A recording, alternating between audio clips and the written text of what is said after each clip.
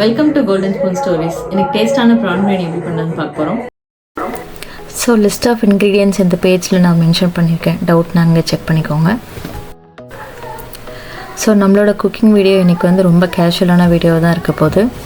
அதுதான் கடையில் போய்ட்டு நமக்கு தேவையான வெஜிடபிள்ஸ்லாம் வாங்கிட்டு வந்திருக்கோம். ஸோ அதை எடுத்து கட் பண்ணி ரெடி பண்ணி வச்சுக்கலாம். யூகேயில் இப்போ ஸ்ப்ரிங் சீசன் ஸ்டார்ட் ஆகிடுச்சு. ஸோ இந்த கண்ட்ரியோட அழகான சீசனாக அது ஸ்ப்ரிங் சீசன் தான். எனக்கு ரொம்பவே பர்சனலாக பிடிச்ச சீசன் இது. ஸோ கொஞ்சம் உங்களுக்கு மழை பெய்யும், கொஞ்சம் வெயில் அடிக்கும். ஸோ எங்கே பார்த்தாலும் ஃப்ளவர்ஸ் அவ்வளோ அழகாக இருக்கும். கார்டன்ஸ் நிறையா போடலாம் நீங்கள். ஸோ ஒரு கண்ணுக்கு குளிர்ச்சியான சீசன் தான் இது. ஸோ வெஜிடபிள்ஸ், ஃப்ரூட்ஸ் எல்லாமே ஃப்ரெஷ்ஷாக கிடைக்கும். ஸோ வின்டர் சீசனில் காஞ்சு போன செடிங்கள்லாம் இப்போ வந்து கொஞ்சமாக துளிர் வச்சு பூக்க ஆரம்பிக்கும். ஸோ ரொம்ப அழகாக இருக்கும். உங்களுக்கு பார்க்குறதுக்கே ஒரு ரெஃப்ரெஷ்டு ஃபீலிங் இருக்கும் இந்த மந்த் உங்களுக்கு. ஸோ பிரியாணியை பொறுத்த வரைக்கும் உங்களோட குக்கிங் டைமை விட உங்களுக்கு ப்ரிப்ரேஷன் டைம் தான் ரொம்ப எடுத்துக்கும். வெஜிடபிள்ஸ் கட் பண்ணணும், இஞ்சி பூண்டு பேஸ்ட்டு நம்ம ரெடி பண்ணணும், சிக்கன் க்ளீன் பண்ணணும், இல்லை ப்ரான்ஸ் க்ளீன் பண்ணணும், மேரினேட் பண்ணணும். ஸோ இந்த ப்ராசஸ் எல்லாமே நீங்கள் குயிக்காக பண்ணிட்டீங்கன்னா நெக்ஸ்ட் வந்து உங்களோட குக்கிங் வந்து ரொம்ப ஃபாஸ்ட்டாக முடிஞ்சிடும்.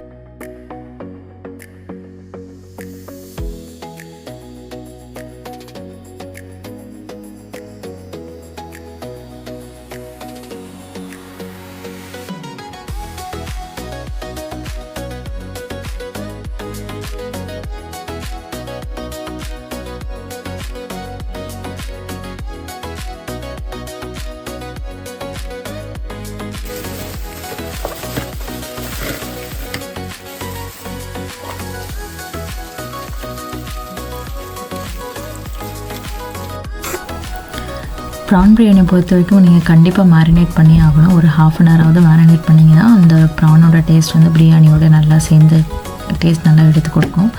ஸோ அப்படியே நீங்கள் ஆட் பண்ணிங்கன்னா வந்து டிஃப்ரெண்ட்டாக இருக்கும். ஸோ அந்த டேஸ்ட் வந்து உங்களுக்கு ஃப்ளேவர் வந்து நல்லா எடுத்து கொடுக்காது. ஸோ கண்டிப்பாக மேரினேட் பண்ணிங்கன்னா ஒரு மினிமம் ஒரு 30 minutes ஆகுது.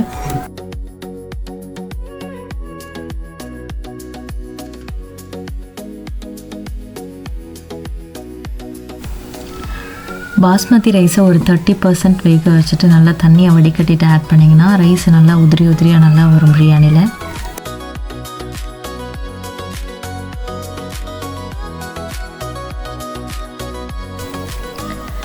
பிரியாணிக்கு தேவையான பட்டை, ஏலக்காய், பிரியாணி லீஃப் அதெல்லாம் வந்து எடுத்து ஒரு பிளேட்டை தனியாக வச்சுக்கோங்க. ஸோ பிரியாணி சட்டி நல்லா சூடானதோட தேவையான அளவு எண்ணெயை ஆட் பண்ணிப்போம். ஸோ எண்ணெய் நல்லா காஞ்சதோடு நம்ம எடுத்து வச்ச பட்டை அந்த இதெல்லாம் ஆட் பண்ணி நல்லா வாசனை வர அளவுக்கு நம்ம வதக்கிட்டு உடனே ஆனியன் ஆட் பண்ணிடலாம்.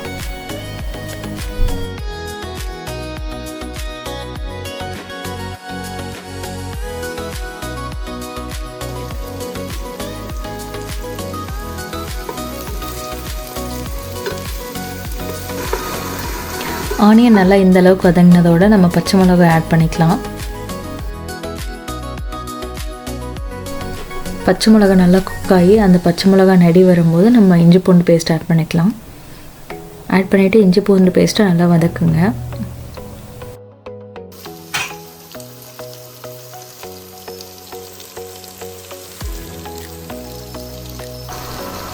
இஞ்சி பூண்டு வாசனை நல்லா வந்துருச்சு. இப்போ நம்ம கட் பண்ணி வச்ச புதினாவும் கொத்தமல்லியும் நல்லா ஆட் பண்ணிக்கலாம். ஆட் பண்ணி நல்லா வதக்கி விடுங்க அதையும். ஸோ இது வதங்கட்டும். நம்ம பிரியாணிக்கு தேவையான மசாலாவை எடுத்து ரெடியாக வச்சிடலாம்.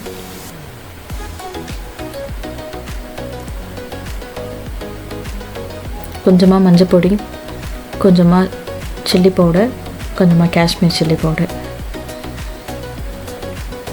ஸோ மெஷர்மெண்ட் நான் ஃப்ரண்ட்டில் பேஜில் டேக் பண்ணியிருக்கேன்.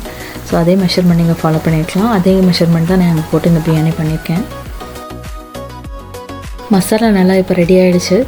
நம்ம மேரினேட் பண்ணி வச்ச ப்ரானை இப்போ ஆட் பண்ணிக்கலாம். ஸோ ரொம்ப நேரம் இது குக் ஆகணும்னு இல்லை. ஸோ ரொம்ப நேரம் குக் ஆகிடுச்சுன்னா கொஞ்சம் ரப்பரி மாதிரி ஆயிரும். ஸோ போட்டுட்டு லைட்டாக வதக்கி விட்டுட்டு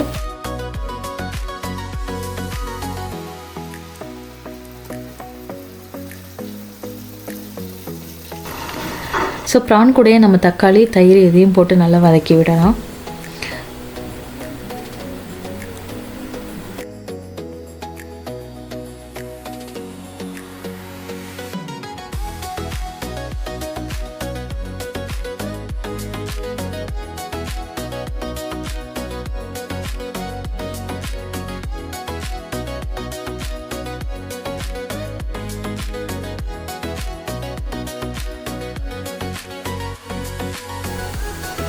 ஸோ 2 மினிட்ஸில் வந்து நமக்கு நல்லா மசாலா ரெடி ஆகிடுச்சு. நீங்கள் இப்போ செக் பண்ணிங்கன்னா பாருங்கள் எண்ணெய் நல்லா மிதக்குது. ஸோ இது வந்து கரெக்டான பதம் நம்ம வாட்டர் ஆட் பண்ணுறதுக்கு. ஸோ இப்போ ஹாட் வாட்டர் நான் போட்டு வச்சுருக்கேன். ஸோ ஹாட் வாட்டர் ஆட் பண்ணிக்கலாம். ஸோ இன்றைக்கி எடுத்த அளவு வந்து 3 கப் ஆஃப் ரைஸஸ் எடுத்துக்கோம். 3 கப் ஆஃப் ரைஸஸ்க்கு வந்து 3 கப் ஆஃப் வாட்டர் ஆட் பண்ணிக்கலாம். ஹாட் வாட்டர் ஆட் பண்ணியிருக்கோம். ஸோ ப்ரானும் கொஞ்சம் ஆல்ரெடி தண்ணி விடும்.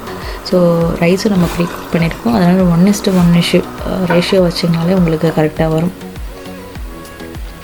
ஸோ இந்த ஸ்டேஜில் வீட்டில் ரெடி பண்ண பிரியாணி மசாலா நான் கொஞ்சம் ஆட் பண்ணுறேன். ஆட் பண்ணிவிட்டு சால்ட்லாம் போட்டு செக் பண்ணிக்கலாம்.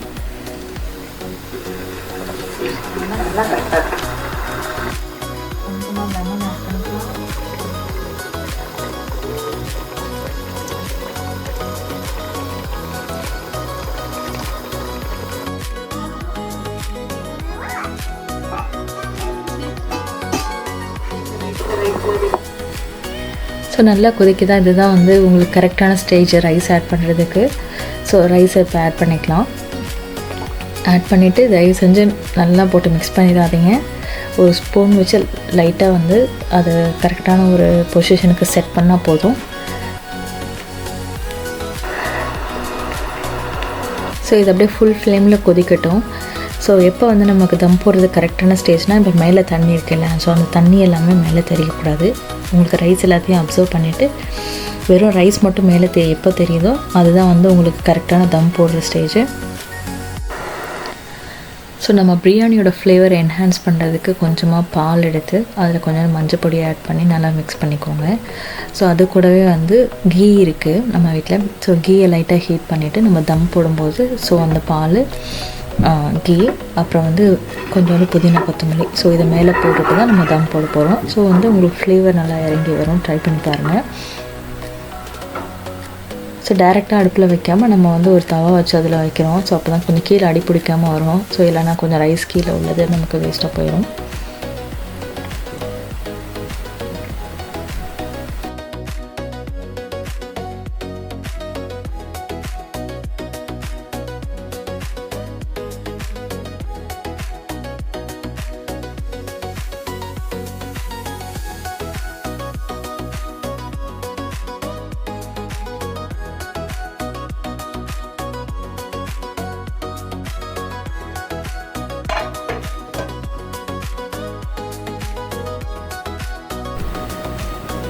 ஒரு ஹெவியான கல் வச்சு இப்போ வெயிட் கொடுத்துக்கலாம். ஸோ வீட்டில் என்ன அவைலபிளாக இருக்கோ அதுக்கு தகுந்த மாதிரி நீங்கள் வச்சு வெயிட் கொடுத்துக்கோங்க.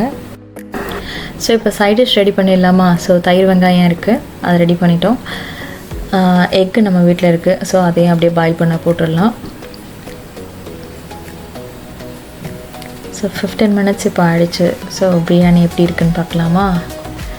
பிரியாணி இப்போ சூப்பராகவே ரெடி ஆகிடுச்சு. பாருங்கள் எவ்வளோ அழகாக இருக்குது பார்க்குறதுக்கு.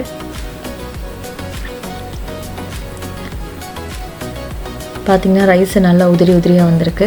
ஸோ ரைஸும் நல்லா வெந்துருச்சு. ஏன்னா ஆல்ரெடி நம்ம ப்ரீ குக்கும் பண்ணியிருந்தோம். ஸோ ரைஸும் நல்லா வெந்திருக்கு. செம்ம டேஸ்டான ப்ரான் பிரியாணி இப்போ ரெடி ஆகிடுச்சு. கண்டிப்பாக இதே மாதிரி ட்ரை பண்ணி பாருங்கள். எல்லாருக்கும் பிடிக்கும். நல்லதே நினைப்போம், நல்லதே நடக்கும். நன்றி. மறக்காமல் சப்ஸ்கிரைப் பண்ணிடுங்க. தேங்க்யூ. பை. அந்த கொரியன் ஹார்ட்டு வந்துருச்சு.